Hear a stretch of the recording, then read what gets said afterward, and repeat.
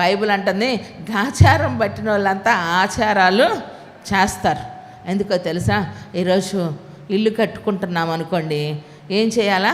నవధాన్యాలు పోయాలా, ఆవు పాలు పోయాలా, కొబ్బరికాయలు కొట్టాలి.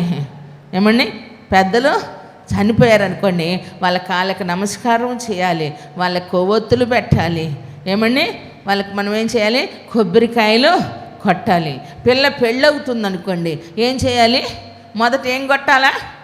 అమ్మలక్కలు అందరు రెడీ అయ్యి ఏం కొట్టాలా? సరిగ్గా చెప్పండి. ఏం కొట్టాలా? పసుపు కొట్టాలా? చక్కగా కొట్టుకోవాలి అందరూ.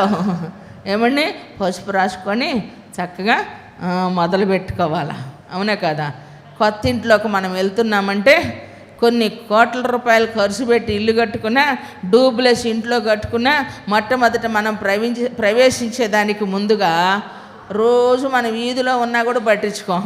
ఆ రోజు డబ్బులు ఇచ్చి మరీ గోమాతను తెచ్చుకొని ఇంట్లో, ఆ పదం నీకు నాకెందుకు, ఏమండి, తెచ్చుకొని ఏం చేస్తాము? చక్కగా ఆశీర్వాదాన్ని నేర్పించుకుంటాం. ఏమండి, నడి ఇంటిలో పొయ్యి పెట్టి ఆడపిల్లని ఇత్తడి తెపాలు తెమ్మని, ఆమె తెచ్చేది 1000 రూపాయలు తెపాలే, మనం 5,000 రూపాయలు చేరబెట్టాలా.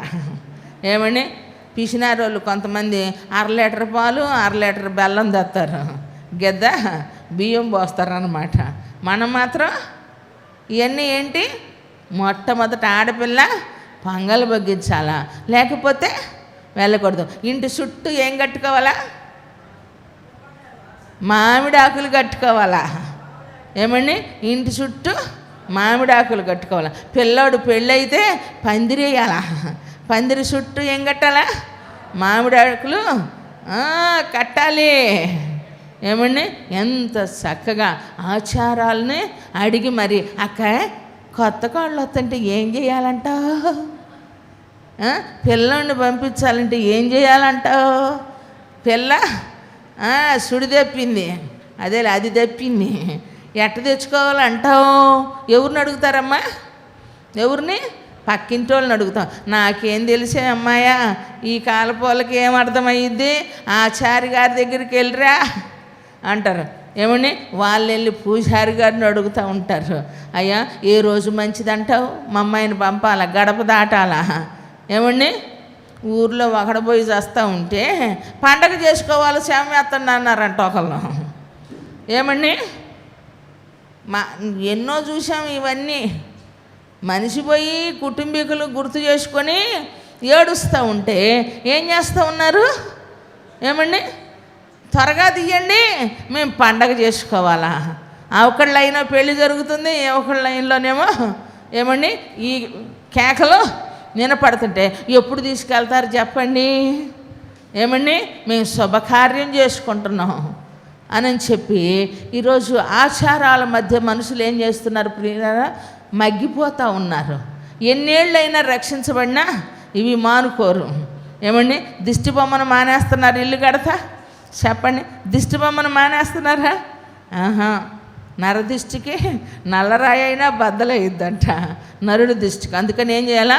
దిష్టి బొమ్మని పిల్లోడు పుట్టగానే ఇక్కడ సుక్క పెడతారు, పిల్లకు ఇక్కడ పెడతారు. ఏమండి, ఇక్కడ పెడతారు, అరికాలుకి అరిచేతికి. ఎందుకు? దేవుడు చక్కని పిల్లల్ని ఎత్తే ఏమండి ఎన్ని పెడతారు? కాటుకులు కూడా మారిమగ పెట్టినట్టు పెడతారు చక్కగా పుట్టిన పిల్లలకి. మగ పిల్లలకి పెట్టరే అంట నేను. ఏమో ఎందుకమ్మా అట్ట పెట్టావంటది మా అమ్మ.